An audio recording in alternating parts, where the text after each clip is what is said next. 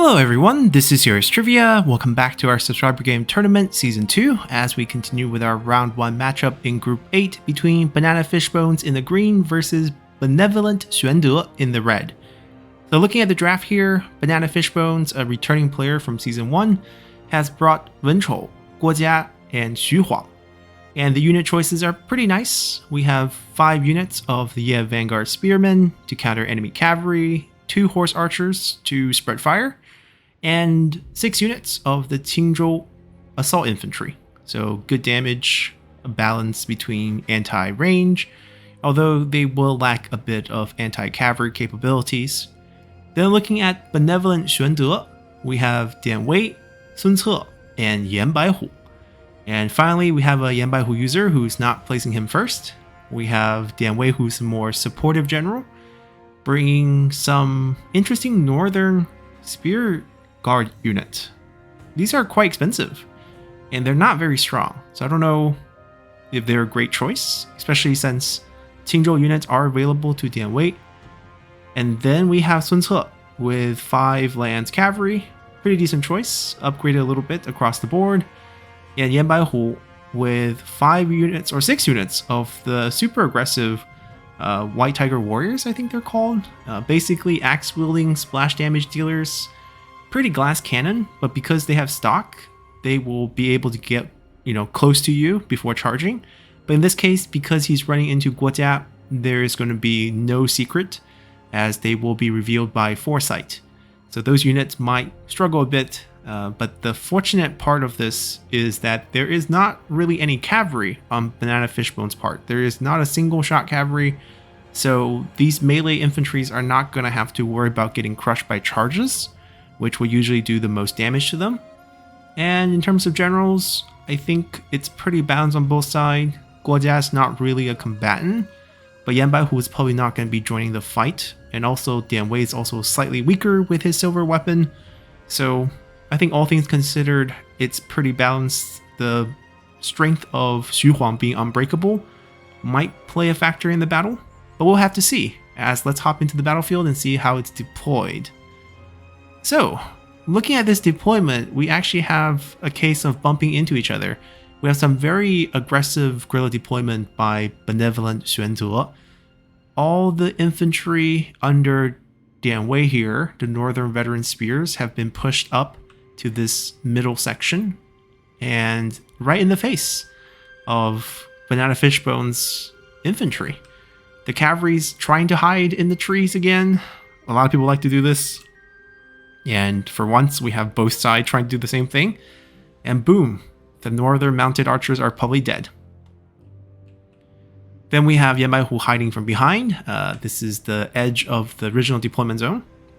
So Bananafishbone also pushed up his deployment. This is also guerrilla deployed, I believe. I believe the original, zone ends about here, and these are all pushed up. We also have another one of the northern mounted archers on the opposite side, so at least one of them will get away, as the other will get killed right on the onset of the battle. And we'll see how this plays out, because I imagine this will just clash right away, especially considering the fact that these crossbows start out, being able to shoot these northern veteran spears, which I guess could go into turtle formation to negate that damage, but it will pressure the cavalry as well once they expose themselves fighting these, as they will no longer remain hidden, especially since Guojia can reveal them in these forests as well, so it's kind of pointless. Let's see how it plays out. Crossbows auto firing. Yep. Quickly get into formation. Don't turn around. Don't turn around. The shield, the 65% block chance, given up. Okay, turtle's coming in. He peeled away because they weren't microed. He was microing these. He's also microing Yan Baihu for the advance, but there we go. There we go. It's like, don't let him run away. That would be a tragedy here. The waste of arrows on the turtle formation. Poison volley from way too far, but it's gonna be fine because he's actually getting 1 unit tag, 2 unit tag, 3 unit tag, 3 unit tag. It's okay. It could be better, but he's not being greedy in case the enemy general try to stop him. But then he should try to pull back. I guess he's just going all in here. They drop into square. Oh, okay. A little too tight on the square, I would say, and also continuous fire will at the turtle units, giving the cavalry a free rein. Once you drop into formation, you cannot switch on and off the fire will. You have to be in regular formation to do that. So targeting, okay, they are switching targets. I can see the logic between running up here to do roars, but you risking getting charged. But I think it's going to pay off. He's actually dragging the cavalry into the squares, which is excellent. Got the Wisdom River being used. Yanbaihu in melee combat is kind of strange. Cow trap being thrown as they prepare for the fight. Now the Qingzhou units will probably win against the White Tiger Warriors, I think. Slam ability, Xu Huang, very useful. The cavalry got routed basically right there, running into the square. It's a micro issue. You're chasing after a general, he drags behind the square, you run into... That's just a micro issue. That's not even getting baited. Alright, this will be an interesting infantry fight. We do have some splash damage. Big axe, they are good in melee fights. But I'm curious to see if they can stand up against the Qingzhou units' misplaced devotion. Alright, our generals are still kind of doing their things. He probably has the cooldown back. I wonder if he can find a good shot. He needs to get to this area for the best place to shoot. We have our 2 combat generals versus our 2 combat generals. And like I said before, Guojia's probably not going to do much. And Yanbaihu's probably not going to do much in the fight. Oh. Sun Ce comes in with a roar. Now, technically, Guojia probably just didn't get in time. He's coming in to try to apply Stifling Deluge, but he clicked it already. So he ended up walking into it as it was being used. And that's huge, because not everything's unbreakable. There's 2 ability that could counter it, but I think they're both on cooldown. He probably waited for them to end. Sun Ce's already been dismounted. I don't know why he's trying to chase cavalry at this point. Xu Huang once again doing his slams.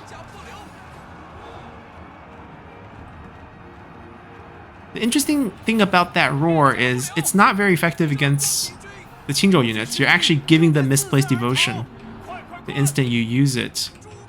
But he caught the cavalry because it's not running away. These will all bounce back. It'll be interesting to see how that plays out. Northern Veteran Spearmen. Let's see. They're winning against... They're the same unit. Look at the stats. They're the same unit.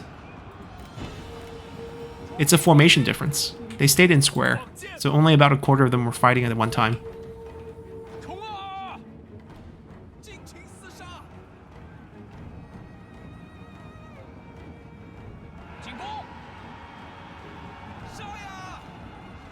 Alright, Guojia has been hunted down. Which I think is okay. He doesn't offer too much. We got the roar. Sun Ce's dropping low. See if we can damage him a little. Okay, a lot of units bouncing back. They need to be used again. Yeah, Sun Ce's wavering here. Someone just stay on him because that roar is going to time out and he's going to be fine. And they're now unbreakable from Dian Wei's ability. And you can see the dismounted Sun Ce here going crazy with his attack speed.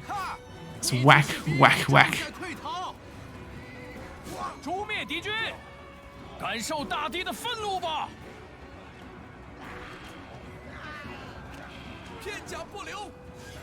Now the disadvantage is he's not moving well.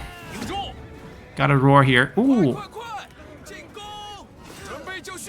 We got a dismount, but the roar is in effect. He's going to bounce back once the roar ends. Sun Ce is not going to bounce back. This is from damage taken. Someone to get on top of him right now. That's not happening. Yanbaihu just cleaning up the infantry. He really should just come help, but I guess the infantry fight is won. This is a good trade. I think he will come back. No problem. He's ready positive. As long as he doesn't take damage, he will return. I think Sun Ce is done, though.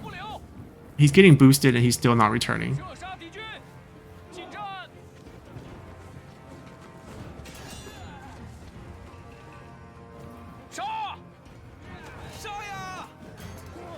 Let's see how Dianwei will perform here. 2v1 with a silver weapon. I don't envy him. We got some ability usage as well. Cavalry charging in to kind of negate his evasion. Now just send the cavalry after and send everyone back over here. Yanbai who's one live. He's invisible now because Guojia is gone, as are his units. They are scattering too far. I think right now the best thing for Benevolent Xuande is to round up his units here together and don't rush the fight, because Xu Huang is the key here. He's unbreakable. Okay, that's okay. Even though your own general is probably going to take a bit of that, but he's good as gone. Get a bit of the poison on the units and you rout the units. The question is, can Xu Huang be defeated? Because if Xu Huang lives through this, he can technically slam and kill every single unit slowly. The cavalry is pulling distance, which is good. You don't want your units to rout, because then Ventral might get army loss. He's using his bow, but it's just a bronze bow. There's almost no damage on it. Yanbai Hu is running away. That's a strange choice. The strange choice is running the spear up, because you could have a chance to knock him down if he just didn't run him up. Yeah, it's the general being chased over there. Dianwei dies. The slam ability. I don't think we need to be funneling infantry into Xu Huang right now. Whoa, the friendly fire.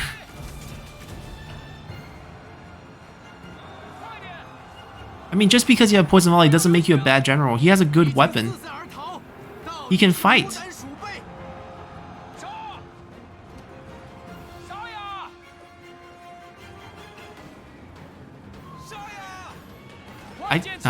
Morale.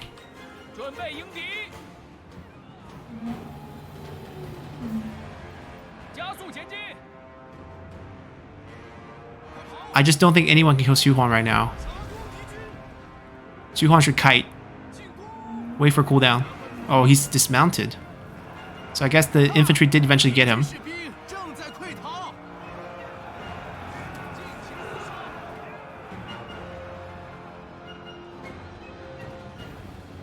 I think this one's over. Xu Huang's going to be able to wait for cooldowns. These will probably just rout off once they rout. I expect army loss to kick in soon.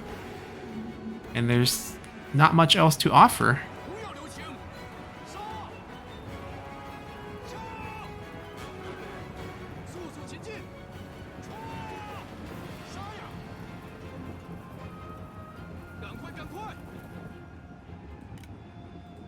They're holding up nicely. They're invisible. Right? They still have stock. And they are now visible. And now we got the Flame of the Phoenix incoming.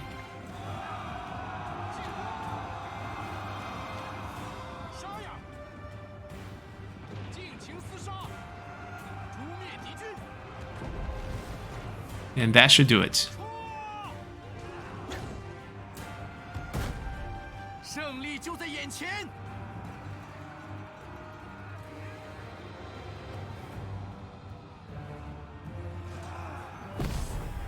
Alrighty. I think this battle was quite interesting actually, because I thought Benevolent Xuande had a great shot at winning this early on. I think he rushed it. So they had the formations clash right here. Obviously with the really aggressive guerrilla deployment situation, he decided it's better to charge up. I don't think that was the correct call. With the crossbow units, all he had to do was turtle formation, which he eventually did. The initial, kind of freaked out run backward type of situation is the worst thing you can do, because your shield is now facing the wrong way. You lose your entire range block chance and you get shredded. They could have, stood still, just click turtle. They would have been perfectly fine. They actually waste ammo, as auto fire doesn't turn off automatically, and just let them do their thing. Avoid this fight, since Yanbai Hu can just show up and spray the enemy, which he did. Even at the distance he did it, because of how wide poison arrow spread at the end, it actually worked out quite nicely for him because how dense the unit were placed. So he got like about 3 units on that. If he was more greedy, he can maybe go off to the side and get a horizontal spray. Obviously more difficult to do because Guojia was still alive.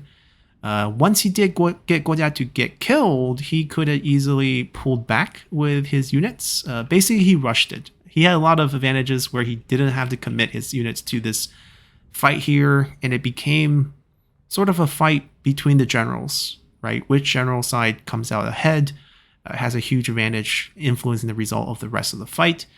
Yanbaihu was underutilized in between his poison volleys, not really being used as a combat-capable officer, even though he is, which is a bit unfortunate. Very similar to Yuanshao a couple times we have seen in the tournament so far. Dian Wei and Sun Ce is an interesting combination of officers. I'm not sure if they work well. I mean, Dian Wei ends up being a supportive general with a lot of health, which helps. Sun Ce is mainly there for the roar. He actually got a really good roar off, and that helped break some of the frontline Ye unit, which is why the northern unit, which is pretty much the same. They're both spear guards. They have the same defensive stat, they're the same offense stats. They came out ahead of that fight pretty cleanly. They kept most of their northern units healthy at that point. Guojia was defeated later on, so all the units became invisible as well. So I think a bit more patience would have done it. The cavalry also didn't get a lot of value. They were being sent into the square, which I feel was a little bit weird. You could keep them back, you could keep them loop around, and wait for the infantry to finish their clash and then charge them in from the rear. That would be better. Or maybe come in from the side. You're trying to get behind units. You know, a frontal charge against square formations, just not the solution. Or just keep them back. Wait till the infantry fight finished, because with the general's help, they could do away with it pretty easily. Sun Ce did a couple of slams here as well, which helped. So I think just a bit rushed, and things, as they get chaotic, things get mismicroed, which is very common. It happens to everyone. And this is the result we ended up with. And, some unfortunate poison volley that we saw as well, trying to target generals, which resulted in a lot of friendly fire. You can't avoid that. At that point, poison volley is not going to be any help against the general fight.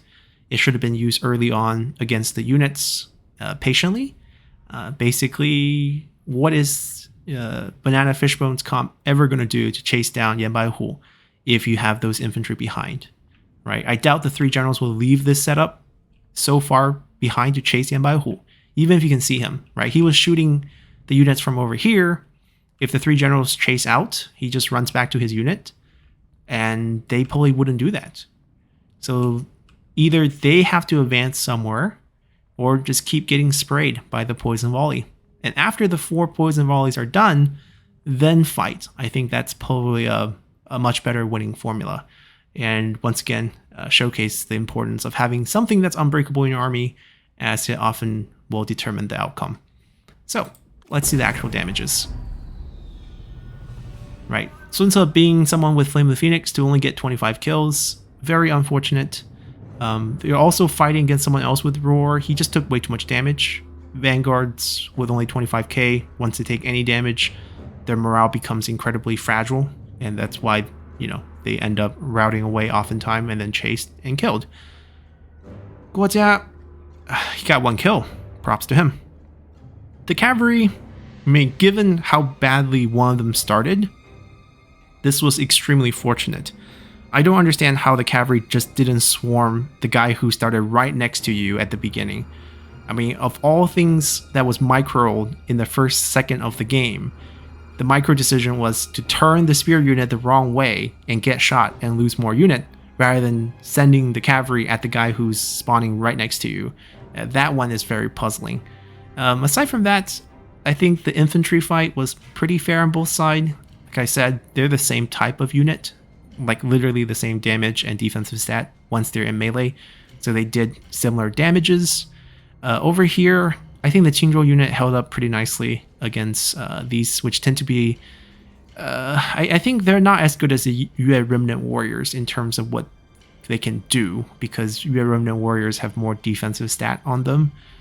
These lack that a bit, which is why they probably took more damage, but they also, have more attack power because they have splash and axe damage. So maybe it worked out. I'm not sure exactly how that infantry versus infantry fight would have gone because it was heavily influenced by the general abilities, whether it's Xuande Slam or all the roars that went on. Both of them have roars. As a matter of fact, their roars would stack because it comes from 2 different abilities. So it's minus 30 plus minus 18 from Roar of the Beast, which essentially is what Xuande does, except for they have 4 uses of that plus infinite use afterward from Roar of the Beast, while Xuande only has 2 uses of minus 50. So in that sense, this composition and combination is quite powerful, and that definitely influenced a lot of the fight, especially since all 3 generals are not innately unbreakable.